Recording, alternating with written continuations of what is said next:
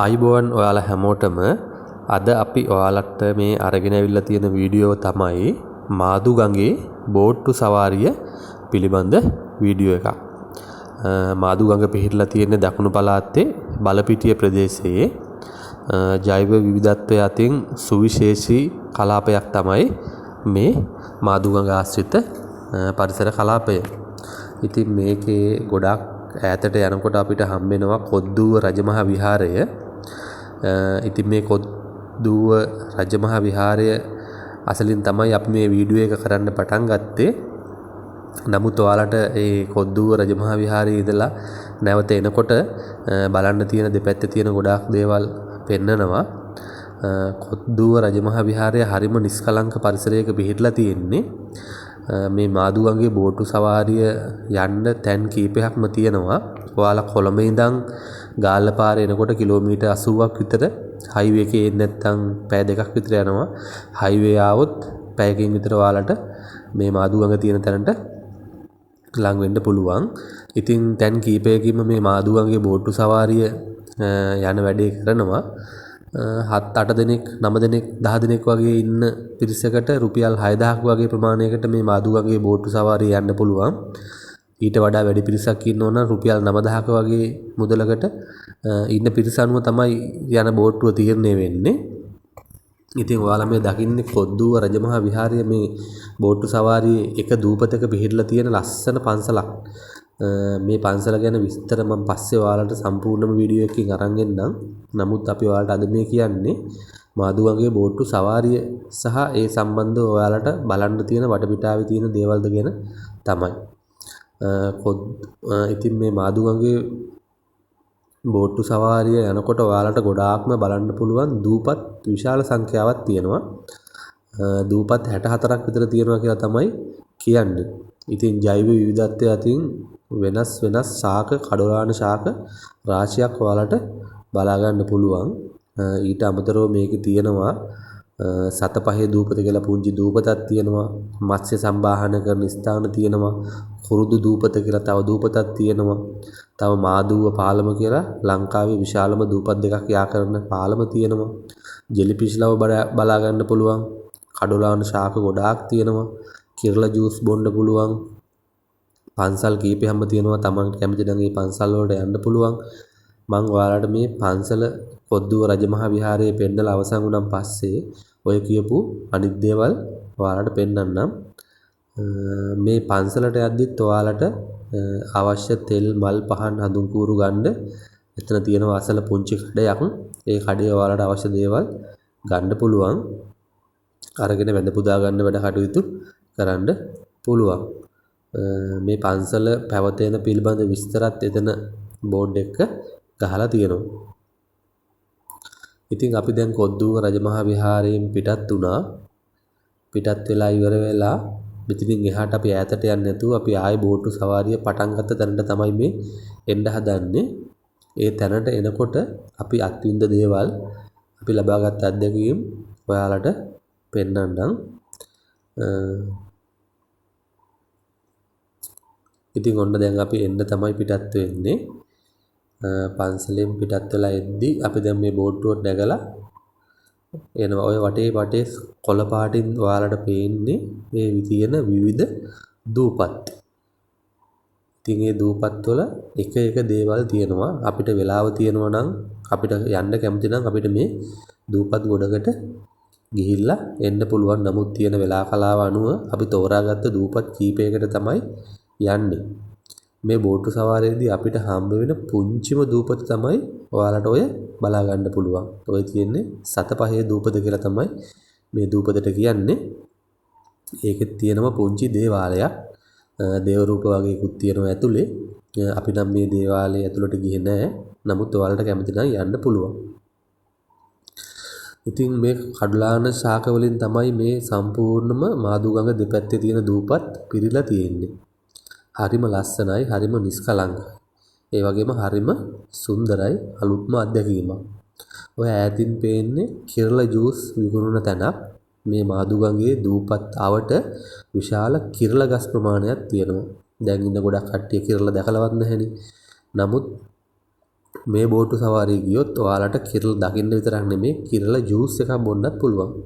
රුපියල් 300ක් වැනි මුදලකට කිරල ජූස් එකක් ඔයාලට බොන්න පුළුවන්.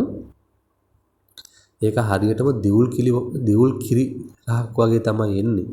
හරිම රසවත්. ඔය මේ ව්‍යාපාර කරන කට්ටියත් බෝට්ටු වලින් ඇවිල්ලා තමයි එයාලගේ ඔය ව්‍යාපාර කටයුතු කරන්නේ. මොකද පාරවල් නැහෙනේ එන්න. නමුත් හරිම පිරිසිදුයි.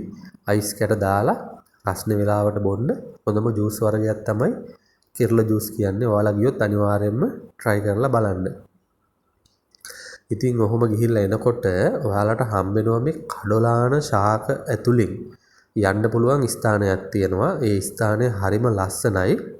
නමුත් මේ ස්ථානයේ ගාවින් යන්න පොඩි වෙලාවක් යනවා. හේතුව මොකද මේ බෝට්ටු සවාරි යන හැමෝම වගේ මේ කඩොලාන ශාක අතරින් යන්න පුළුවන් මේ ස්ථානයේ ඇතුලෙන් රිංගලා තමයි යන්නේ.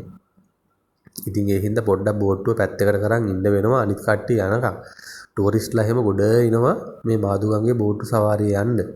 ඒගොල්ලෝ තමයි ගොඩක්ම අපිට වැඩිය ලංකාවේ ඉන්න ලෝකල්ස්ලාට වැඩිය පිට රටින් එන ටුවරිස්ට්ලා තමයි ගොඩක්ම මේ මාදුගංගේ බෝට්ටු සවාරිය යන්නේ. අපිට දැක ගන්න හම්බුනේ නම් එහෙම තමයි. රෂියන් කට්ටිය, ඉන්දියන් කට්ටිය තමයි ගොඩක්ම ඉන්නේ.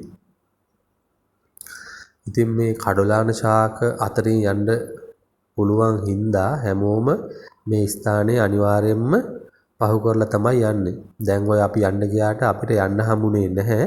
තවත් බෝට්ටු වගේක් ඇවිල්ලා අපිව බ්ලොක් වුණා. ඉතින් ඒ හින්දා ඒගොල්ලොන්ට යන්න ඉඩකඩ දීලා අපි අපේ බෝට්ටුව පොඩ්ඩක් පැත්තකට කරගෙන හිටියා. ඒ බෝට්ටු සවාරි කරන කට්ටිය එකමුතුයි ඒගොල්ලෝ කතා බහ කරලා ඉවරලා අනිත් කට්ටියට කරදරයක් නොවන විදිහට තම තමන්ගේ බෝට්ටු පැත්තකට අයින් කරගෙන අනිත් කට්ටියට සපෝට් කරගෙන යන්න උදව් කරනවා. ඒ වගේම ඔයාලා බය වෙන්න දෙයක් නැහැ. හැමෝටම ආරක්ෂිත කබා ඇඳගන්න දීලා තියෙන්නේ. ආරක්ෂිත කබා ඇඳගත්තාම කිසිම බයකින් තොරව මේ ගමන ගිහිල්ලා එන්න පුළුවන්. ඔය තියෙන්නේ කඩොලාන ශාකවල මූල පද්ධතිය. අර කලින් සුනාමි ආපු අවස්ථාවේදී මේ කඩොලාන ශාක පද්ධතිය හින්දා මේ පරිසර පද්ධතියට කිසිම කරදරයක් වුණේ නැහැ කියලා තමයි මේ කට්ටිය කියන්නේ. අපි ඉතින් මේ කඩොලාන ශාක අතරින් යන්න පුළුවන් තැන පහු කරලා අපි ආවව එන්න පිටත් වුණා. ඉතින් මේ එනකොට අපිට හම් වෙනවා කුරුඳු දූපත කියලා දූපතක්. මේ කුරුඳු දූපතට ගියන් පස්සේ අපිට පුළුවන් කුරුඳු තේ පානය කරන්න නොමිලේ.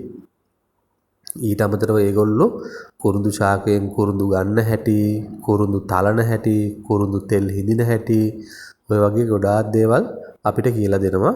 ඒගොල්ලොන්ගේ ඒ කුරුඳු නිෂ්පාදන අපිට මිලදී ගන්නත් පුළුවන්. ඒවා ගොඩක් වැඩි මිලක් වෙන්නේ නැහැ. මේ තියෙන්නේ අපිට ඉස්ස කොටුවක් බලන්න පුළුවන්. මේගොල්ලෝ ඉස්සෝ අල්ලන විදිහත් කියලා දෙනවා. ඒක වෙන වෙලාවක කතා කරන්න ඕන මාතෘකාවක්. මම ඒ ගැන පසුව ඔයාලට වීඩියෝ එකක් අරගෙන එන්නම්.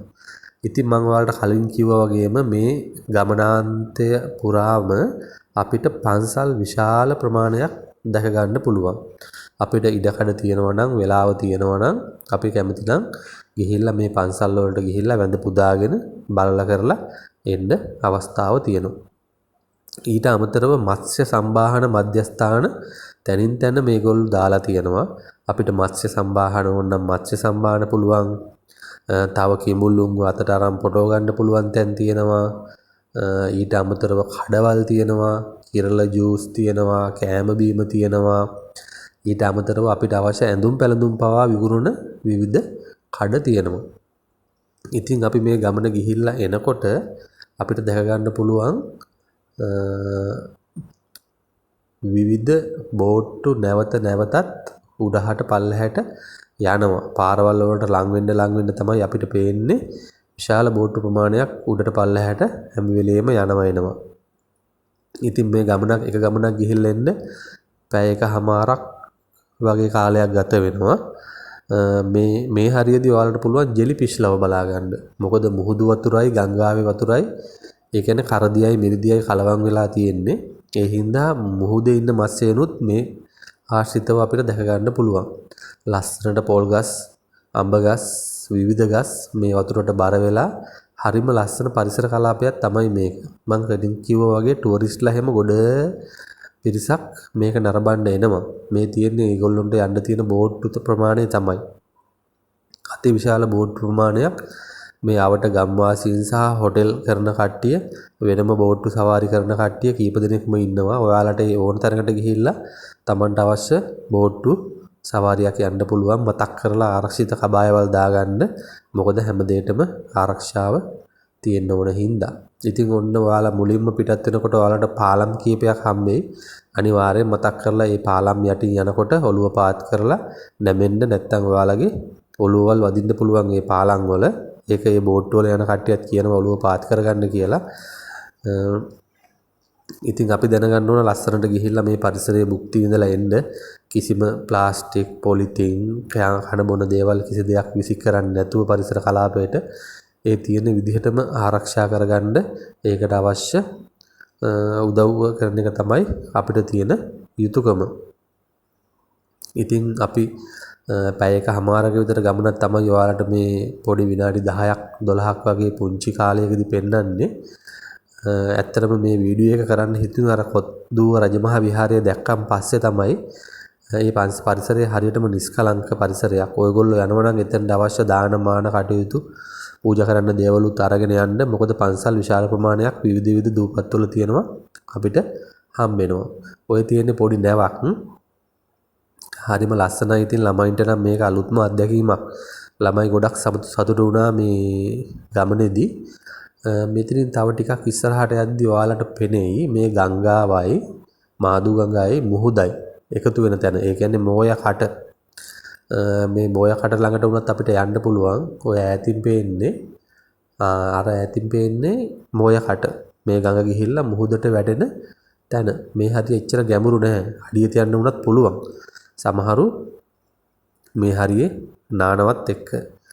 ඉතින් ඔයාලට අවස්ථාවක් ඉඩකඩ හම්බුනොත් අනිවාර්යෙන් මේ මාදු ගඟේ බෝට්ටු සවාරියක් යන්න අමතක කරන්න එපා. ගිහිල්ලා ලස්සනට පරිසරය භුක්ති විඳලා එන්න. පරිසරයට කිසිම හානියක් කරන්නත් එපා. ගොඩක් ස්තුතියි මගේ මේ වීඩියෝ එක නරඹුවට. ඔයාලට ප්‍රශ්න තියෙනවා නම් විස්තර දැනගන්න ඕන නම් පහලින් කමෙන්ට් කරන්න. මම ඒවට අනිවාර්යයෙන්ම ඔයාලට උත්තර දෙන්නම්. හරිම ලස්සන අත්දැකීමක් කියලා තමයි ඉතින් ඔයාලට මට අන්තිම වශයෙන් කියන්න තියෙන්නේ. එහෙනම් හැමෝටම සුබ දවසක්. ස්තුතියි.